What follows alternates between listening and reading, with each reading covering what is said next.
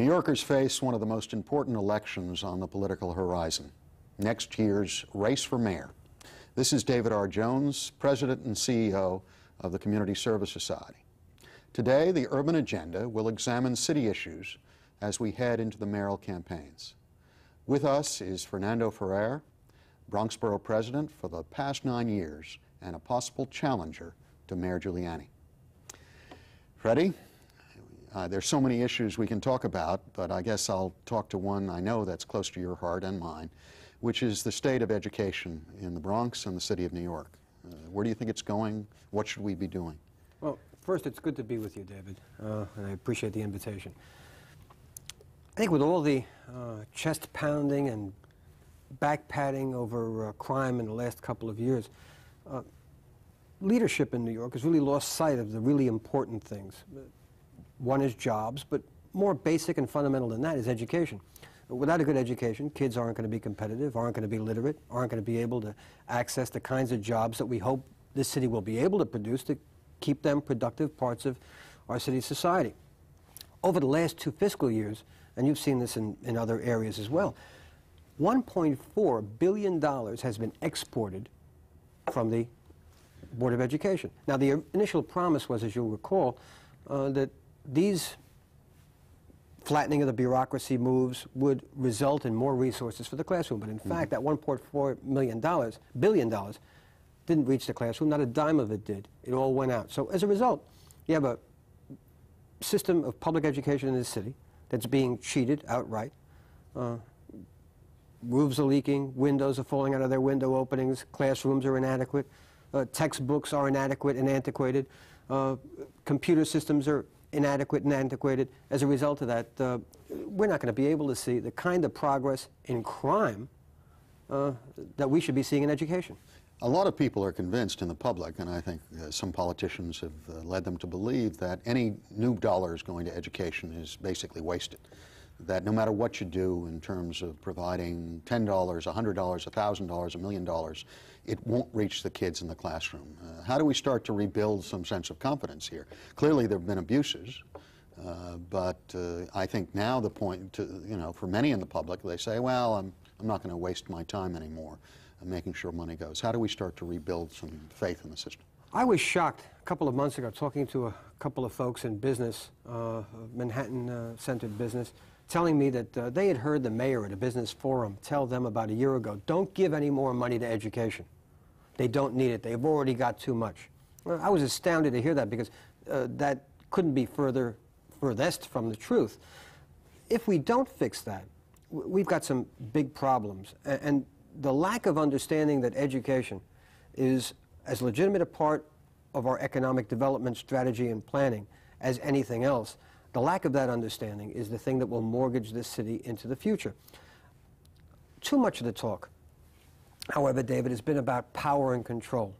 The mayor is certainly the Speaker of the Assembly and everybody else, from the Central Board of Education to the community school boards. And certainly there needs to be some governance reform. But everybody seems to miss the point. And the point really is the quality of education in the classroom, the quality of teaching, the quality of learning. Those are the things that are going to make the difference, not only now, but going forward for kids, the million-plus kids in our city school system. Let's take another issue that I know is close to your heart, which is the proposal that the Yankees are either thinking of moving or are going to move away to New Jersey, or they should move to Manhattan. I know this strikes at the heart, obviously, of the Bronx, but clearly it has implications for every New Yorker as well. Oh, sure. What's your position on it? Well, as you know, David, they came out, administration came out, essentially championing a proposal that would cost, most concede it would cost the taxpayers largely, $1.06 billion to build a new stadium for the Yankees on the West Side. Now, forget about all the environmental concerns. They are important, to be sure, but put them aside for a moment. Even forget for a moment the financial burden that this city would place on itself at a time when we can't get it together to fix leaky roofs on schools or fix crumbling parks or roadways and produce the housing that people of this city need. Here's the problem. Once a neighborhood and our infrastructure falls into disrepair, it has been the knee-jerk reflex of this city to move away from that problem and move the facility somewhere else. Not to fix its infrastructure, not to fix its roadways and parks and its problems, but move the facility elsewhere and then largely ignore the problem. Mm-hmm. To spend that kind of money is, one, obscene, but two, dumb. And this administration really should have known better. For a fraction of that, this city could have fixed the Bronx terminal market, the Yankees' next-door neighbor, redefined it into a retail market, instead of letting it being milked right as it is today by the Buntsman family, a long-term leaseholder back in the Lindsay days. Fix the parks, the roadways, rationalize parking, and more importantly, fix the neighborhood around the stadium, not merely for the enjoyment of the fans, but more importantly, for the enjoyment of all New Yorkers, so that the stadium, instead of being the enclave it was designed to be in the early 70s, be the centerpiece of an economic engine that produces jobs, that encourages small business opportunities, and that recreates a neighborhood. Do you think there's any hope that they're going to come back to your point of view in terms of the city leadership and the leadership of the Yankees? I think the mayor, to coin an expression, got hit with a baseball bat when he... That's a Bronx term, I'm sure. True enough. When he read the results of the poll. His thinking on this has been resoundingly rejected by New Yorkers. 74% of New Yorkers want the Yankees to remain in the Bronx and the city to make the repairs in that neighborhood that it must do. 74% of New Yorkers, more fundamentally, don't want the city to give up on any part of this city, any part of the 5 boroughs. And that's an important statement. As a Brooklynite, still grieving over the loss of the Dodgers, I just... Well, there's an important difference here. David, there's an important difference here, and it's a historical difference. Right. When J. Walter O'Malley moved the Dodgers out, it was only after he asked the Wagner administration for permission to build a new facility at his own cost on Atlantic Avenue. Right. They, I think, unwisely rejected that offer. Instead, Walter O'Malley moved the Dodgers out and, at his own expense, built the stadium in Los Angeles. Right. Today, the major difference is George Steinbrenner is doing nothing at his own expense. He wants the city and the state, read taxpayers, to pay for that move and to add more revenue. And he's been playing New York politicians like a violin for years. They keep on jumping through hoops every time he makes a comment or every time he seems to reject the plan. Instead of negotiating against ourselves, we should be making very, very firm offers to Steinbrenner, and if he decides to leave, then use the economic might of this city to say, well, George, we're going to go to court, and we're going to prevent you from taking your name and the name New York across the river with you. And apart from that, I'm going to, if I were the mayor, instruct my corporation counsel to go into court and challenge the antitrust exemption in this jurisdiction. George, you want to play hardball? This is the way we do it. Understood. Let's take another source of some conflict, I think, for many of the area leadership, which is the question of hospitals, both in terms of how we're going to pay for indigent care, what's going to happen with many of our municipal hospitals, and the mayor's panel's suggestion that really we should do away with public hospitals in the city of New York. I know this would have a tremendous impact, not only on the Bronx, but obviously every low-income community. What is your view on how this is playing out and what's going to happen here? Well, David, the interesting thing is this is not only going to have an impact on low-income communities. Yep. It is becoming obvious. In fact, the New York Newsday did a roundup of how this would affect people. There are people today who are in the working class, working for a living, trying to pay their mortgage, pay their rent, send their kids to school, who don't possess health insurance. One catastrophic illness in that family, one accident in that family, wipes them out. So they join the tremendous number of the uninsured in low and no income groups who require the presence of public hospitals. The Giuliani administration made this initial halting and rather ham-fisted attempt to lease some of the hospitals. That failed, and the only thing it succeeded in doing was getting Standard & Poor's to downgrade our hospital bonds.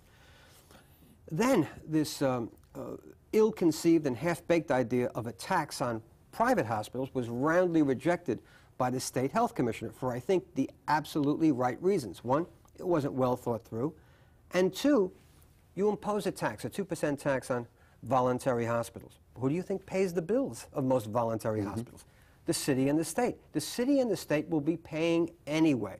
So why not do the appropriate things? Downsize our system, reduce the bureaucracy, hold on to urgent care in communities that need them, reduce the beds that aren't being used, redefine these hospitals, but maintain a hospital system that is there for the medically uninsured. And I think that fulfills not only the historic mission of this city in terms of health care, but also is more cost effective in the end. Well, I think, as you know, some of the potential bidders in the voluntary sector are running into their own problems. For sure. Clearly, the recent New York Observer article on New York hospitals' over-expenditure on its capital construction, as well as all of the potential bidders falling off for the Queens and Brooklyn Hospital. Well, here's the issue. Yeah.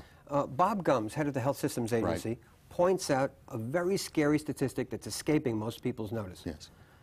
We are overbedded today, and going forward a year, 2, 3 from now, to the extent that the argument is not over how many hospitals are going to take what bed reductions, Right. but how many hospitals will close. Now, the interesting thing is in the last 10 to 15 years, the massive growth in the hospital sector did not come from the public sector. Right. It came from the private sector. So the argument today is who will take the hit for those bad business decisions? The public sector, which is basically remaining stable, lean, and well-managed, or the private sector, which has made some bad business decisions and now requires one sector to bail them out. That's what this is about.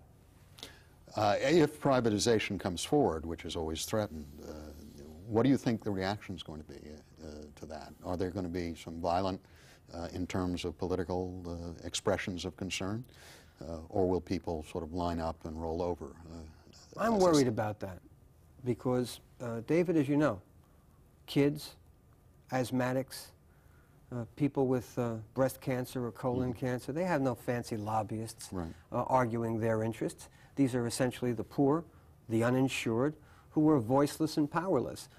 They're not going to have the kind of representatives on the high councils of government that other people will have to argue for their interests. And that's too bad because not only has that been the historic mission of this city, but we've found that when we keep a kid healthy, that kid can study, that kid can achieve, that kid can compete and become a productive member of New York society. When we don't, the alternative is far more burdensome on all of us.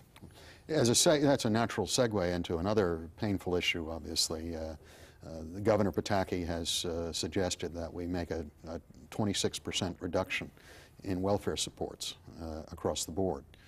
It's clearly frightened us in the advocacy community because we see from ground zero that many poor communities couldn't absorb that kind of loss. But clearly the public, again, has been hammered with the vision of poor people as the villains of the piece. Though I must admit, we've just come across one study showing in central Harlem 14 people applying for one McDonald's job, with 18 to 24-year-olds not even considered because there's such a glut in the low-wage market. How do we confront the question of welfare? Clearly, in poor communities, this is going to be a critical concern, but people want to show some results, and they're convinced that many people are there fraudulently. What's your view on this? Yeah, David, what we're seeing now is a very old Republican paradigm, which says, let's essentially victimize the victims, blame those who are, for one reason or another, poor, and let's beat on them. Let's take what we need to pay for these tax cuts to the wealthiest New Yorkers from them. By the way, that's in response to an old Democratic paradigm. And the old Democratic paradigm never questioned how effectively it is that government tries to deal with poverty. In fact, created this huge industry to massage and manage poverty. Not to eradicate it, not to deal with it in a forthright way, but to contain it, to manage it and to massage it. Both paradigms are wrong, and I think both paradigms are being rejected. I don't think most people argue that you have to reform welfare, that you have to try to, once and for all, move people away from chronic and multi-generational dependency into economic independence. But the way you do that is with education, with training, with the presence of jobs, with the real incentives to work instead of the phony incentives, show up with a rake in a park. Those are things that have very short-term benefits, give very short-term yields, but in the end, don't relieve poverty and in the end really send a message to people. We want you on a Greyhound bus out of the city.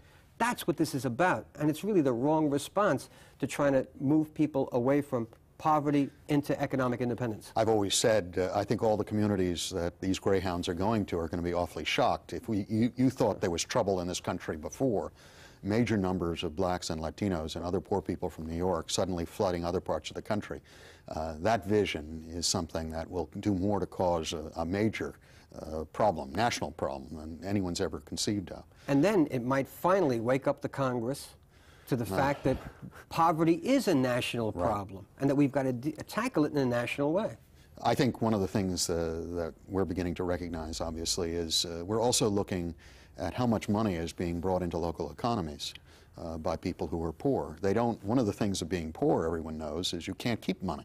Right. The bodegas, the laundromat, the landlords, who no one seems to be thinking about, that as we dislocate this, and if it doesn't work and people in fact can't get new jobs immediately or even over a long period of time, not only will they suffer, obviously terribly, but the local economies and the local quality of life have to take an immediate hit. Well, I don't think there's any question, David, that the encouragement is to face probably the most awful prospect, independence, which is, well, look, if you can't make it, you've got to stay in a shelter. And the inhuman conditions in shelters, women and children sleeping on the floor in the emergency assistance unit in the South Bronx, is a real incentive to get off of welfare and get into economic independence. It's an old Republican paradigm that is bankrupt. I think also we have a photo archive at my organization, which is 150 years old, CSS, Community Service Society, which shows what happened to the Italian and Jewish and Irish immigrants who they did this to, and it's appalling. Well, you know, particularly the children, what happened to them.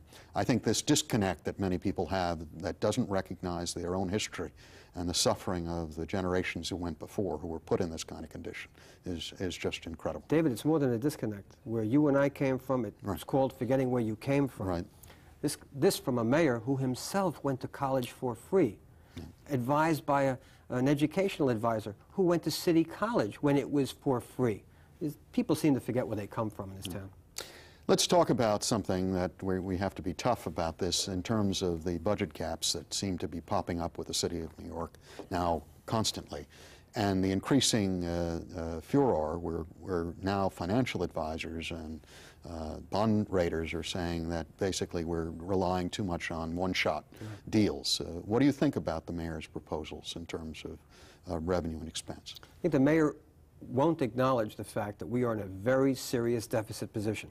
These one-shots over the last 2 years have essentially meant that about $1 to $1.5 billion every year is being rolled over. That's being rolled over is really smoke and mirrors. The expenditures are smoke and mirrors.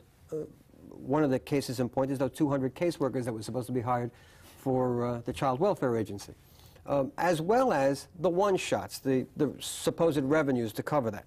That's all smoke and mirrors as well. Well, it's catching up with them. You can't claim that at the same time as cutting taxes and cutting agencies, that there is no reduction in service. Most people in this city have found that to be utter and pure baloney. As a result, the mayor really needs to acknowledge that there were some problems with his budget. One, he cut taxes too fast, not catching up with expenditures. Expenditures ballooned out of proportion. So while revenues went up slightly, even with the tax reductions, expenditures outstripped that. In the last couple of fiscal years, we've been seeing about $22 billion in expenditure in revenues in our city, and about $25 billion in expenditures. So this mayor has been bringing spending out of control. He's got to bring it back under control. He's got to begin to do the kinds of things that are necessary to restructure this budget. He's got to recant on those tax cuts. And what he's got to do is re-examine the core mission of the city. This is what David Dinkins was going to face if he was elected to a second term, David. Fact is, you've got to decide what the city can do, it must do well. What the city can't do or does badly, it can't do anymore. And it must focus on the important things. When you see education being cut the way it is, health care being cut the way it is, and then, of course, 5 cousins coming on the payroll and all this other nonsense, you begin to ask about the priorities, and you begin to wonder about them.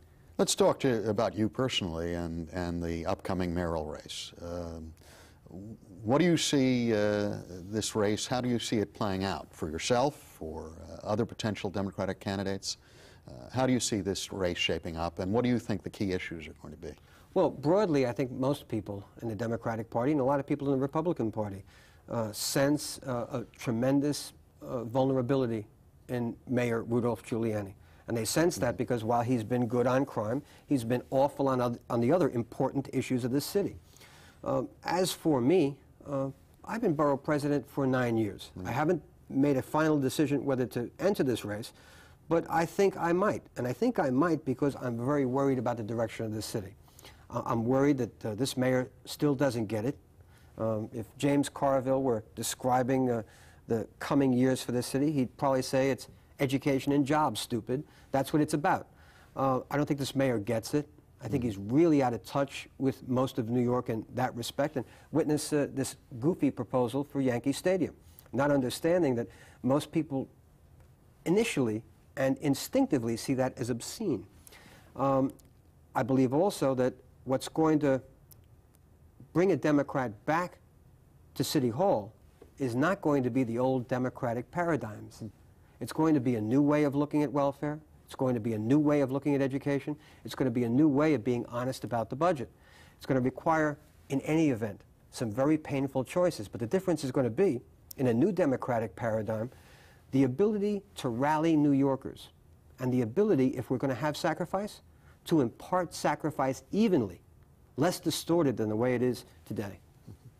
Now, one of the things that's sort of out there in the atmosphere vis-a-vis your candidacy is some of the more traditional Democratic leadership says, well, a Latino, Freddie, can't win. He doesn't have the right constituency to back him up. He's not broadly based enough. I know you haven't decided. How do you start to answer public concerns about, A, how broadly based you are coming from the Bronx, and B, is it time for another Latino or another minority candidate to come forward to run this city? Well, I don't know if any other minority candidate will come forward. Right. And if one does, that's fine. Right. But I doubt if one will. Right. And with respect to trying to build a constituency out of the Bronx, well, every poll that's been taken has indicated that I've done that. Right. Not merely in the Bronx, and not merely among Latinos citywide, but among African Americans citywide, among whites citywide. Because most people are now coming to see that these old Republican and Democratic paradigms didn't work for us. What we've got to do is take this city into a new century with some new thinking, but based and rooted in some very old-fashioned democratic values, in opportunity, on the economy, on education, and on the core mission of this city that tries to bring in people instead of exclude certain communities of people. That's wrong, and I think people reject it roundly. As you see your vision of the city, how would you compare it with that of Rudy Giuliani's? Where is the differences in terms of vision of where we're going as a city? Well, I think the first glaring difference is that I do not, as does Rudolph Giuliani, look at this city and its problems as having or lending themselves to a criminal justice solution. I don't think the problem of child abuse and spouse abuse is necessarily all criminal justice, as he indicates. I don't think the problem of kids not going to school is all criminal justice, having cops pick them up and forcibly bring them back. That doesn't keep kids in school. It doesn't keep them engaged. And then, of course, I don't really think, and I don't accept the old Republican paradigm that you cut taxes and that immediately and instantly and magically even revives the economy. I think you've got to have a game plan for job growth. And it's not only tourism. It's health care in this city, it's daycare in this city, it's education. It's the things that this city excels at, the things that this city can be potentially great at, like air cargo and transportation, that we don't even have a clue on. This city is in the Stone Age in recycling, and those are good, entry-level industrial jobs that sure beat the kind of pay you get flipping hamburgers at McDonald's. In terms of how this city is going to deal with the cutbacks that you've addressed, obviously from the advocate side, we're very concerned that more cutbacks or balancing the budget will invariably come at the expense of the very poor. more people being churned off of welfare rolls. We have case after case of the 51,000 people on home relief basically being sent notices to report for finger imaging that came after the date that they were supposed to report. We have cases of people being shot and going to an emergency room of a voluntary hospital and being told that all they can get is a Band-Aid because it's not a covered expense. How do we deal with this? Clearly there's a shortfall in money, but we have exploding problems and pathology of poverty. How are we going to come to grips with that in a sane way? There are no easy or glib ways out of this, David. All this involves tough choices. When you haven't got the money, you've got to make tough choices. You've got to make tough choices around the core mission of the city: healthcare, education, job creation. And then you've got to understand that when you do have the money, you spend it on those things. So that this whole problem with penalizing people on welfare really begs the question of the city's not having a strategy to grow jobs. The whole strategy of saying, for example, to someone on home relief who is enrolled in City University, well, you have to maintain an A average in order to stay, is absolute nonsense. And in fact, look, I speak from personal experience. I have some secretaries who work for me who went through that route: public assistance, college, and then a good job. That's the best and smartest investment we could be making. Instead of investing in that, we make dumb strategic investments, and that's got to stop. We can't continue to stigmatize welfare and poor people as just dumb and bad and undesirable things to do. In fact, when we invest in them, we find we move them from dependence to economic independence. They pay sales taxes, property taxes, payroll taxes, income taxes. They're doing good things for us. Thank you, Freddie. Thank you. New York City needs all the talented leaders it can get, and the Bronx is fortunate to have you. Thank you. As we head into the mayoral season, it is important that thoughtful voters consider what each candidate brings to the table and how his or her views would change the city, for better or for worse. This is David R. Jones, host of the Urban Agenda. Thank you for joining us.